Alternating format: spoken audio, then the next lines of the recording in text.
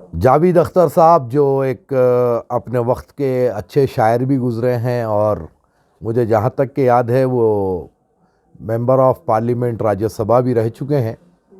लेकिन आज उन्होंने एक ट्वीट किया, बड़ा ही मुझे हैरत हुई इस ट्वीट को देखकर। उन्होंने उसमें कहा कि जो है तालिबान में जो लड़कियों पर, तालीम पर, जॉब्स पर जो पाबंदी लगाई गई, उसके ऊपर हिंदुस्तान के उलमा इकराम, मशाइखीन और जो है मुस्लिम पर्सनल लॉ बोर्ड क्यों खामोश है।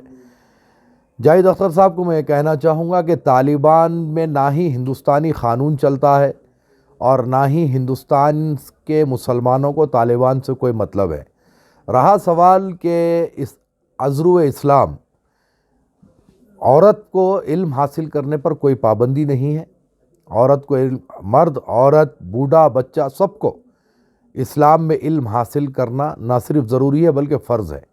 तो तालिबान ने अपनी किस पॉलिसी के तहत वहाँ पर औरतों पर रोक लगाई है, हमें जानना भी नहीं है, हम पूछना भी नहीं चाहते।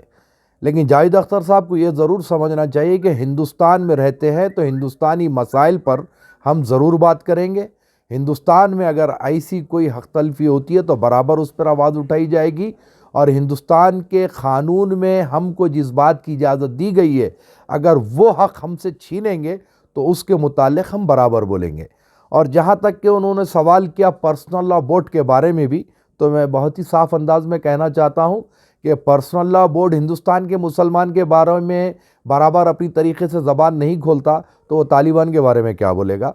ये पर्सनल लॉ बोर्ड से जो है, ये मुस्लिम पर्सनल लॉ बोर्ड से ज़्यादा यानी अपने आप का पर्सनल डेवलपमेंट बोर्ड है।